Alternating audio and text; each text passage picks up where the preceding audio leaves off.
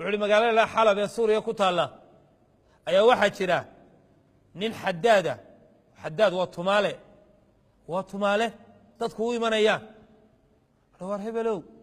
إلهي النوبري وفايق حنو صنية وار إلهي إذن كبريا أورتو بريا مركا كعل لسؤال الله كبريا ومن عجيبة ومستجاب الدعوة مثل كلاوي من أياه وحبا يقصي وعينك بالإلهي بري حدو أفكا كلا قادبا أذاب أركي يبور وطمالة ويا ابن بوري ورطلو نينكي وانو سوق استبوري waxaan u soo kaxaysay gaari waan imid daatan ninkii gurigaan ugu tagay waan wareystay teetay xulimka ku warramay maaye berito subax igu kaale meheradeed halka wax ku garaaco teetay halkii baan u tagay meel gaar uu ila baxay wuxuu waxaan doonayaa horta qadiyadan waan qariyay buuri laakiin maadaama nin sheekh tahay oo umada wacdiyo wuxuu sheegaa waxaan kuugu sheegayaa inaad magacayga iyo magaca sawjadaba qariso laakiin umadaadu sheegto tallaabada aan galo waayo wax qiimo badan oo wax tar leh bali warabuur wuxuu yiri xaas baan guursaday intii sharciga ahayd baan ka eegay wajiga iyo labadii gacmood reerkiina waa ku qanacay waa gacanta la isu dhiibay waa la heshiiyey waa la meheriyey waa la qalgalay mar alla markaan qalgalay ayuunba waxaan ogaaday xaaskaniba inay uur leedahay xaaraan ah oo waliba 7 bilood ah markaasaan fajacay buur tala waa igu ciirtay war maxaad yeeshaa subax caawa intaan waago baryin ma furtaa miyay waaga ma la sugtaa maya xal kale ma u raadisaa waanigii baa fajacay buur waan rogrogay salaad baan galay oo iska ducaystay waxa igu soo dhacday war waa intaasoo ilaahay islaaxiyaay qofkuna wuu noqon karaa qof mar dambaabe bal cagta u dhig waayi deetana waan iska tukaday salaadii bay gaadhay iska tukaday iska shaqo tagay iska soo qada tagay kaanama ina waxba ba jirin deetana dhowr habeen markaan joognaa habeenkii dambe wareyso afka u kala qaaday saytidi dambiga noocaas aan galay ilaahina waan uga toobad keenay ilmahana xaraan buu ku calool galay waxaan sugayaa intuu dhalanayo toobadna suuxan ilaahay waan uga toobad keenay astur ilaahay ku asture waayo waan ku asturayaa mid iga ballan qaad inaad dariiqa saxda ku dhaqmayso inta noloshaada ka hadhay oo aanad warwareeg yeelanayn kitaab jaamaca ku martibuu deetana waan sugay way gaadhay xilliga umulilayd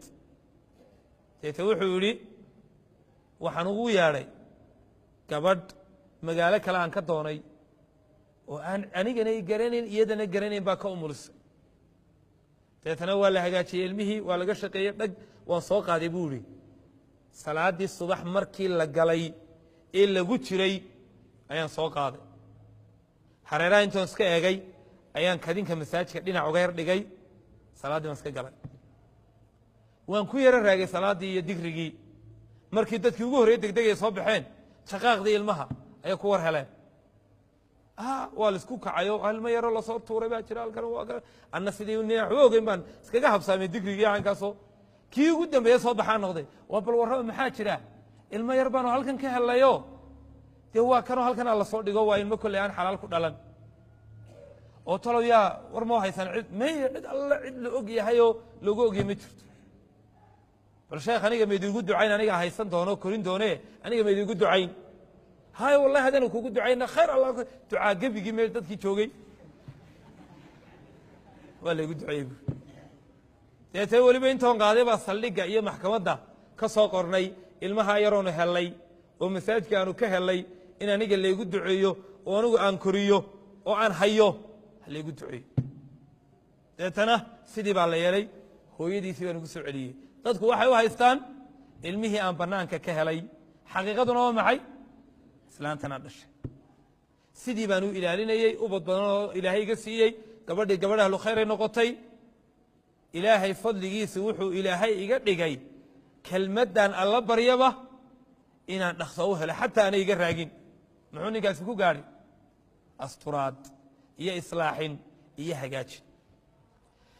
haddii laakiin qofka oo xun oo xumaantii ku jira aad asturto taas iyadu taama laakiin qofka mar qaldamay amaba qalad hore ku jiro dib uga soo laabtay waa in la islaaxiyo waana shay aad iyo aad u muhiima لكن حمان تلقر صدو صح ماها نبي نوح عليه الصلاة والسلام لا يدخل الجنة الديوث ديوث كنا واعيو وكا الذي يقر على أهل الخبث كيل كيس حمان تأوغل إن الراجان إن ملها مران إن عيد كلا الله هدلان إن حجاب لعنكم بحان إن ملها تكتجان وديوث نموي ديوث كان سكو عينانا ولكن حمد هلك قدام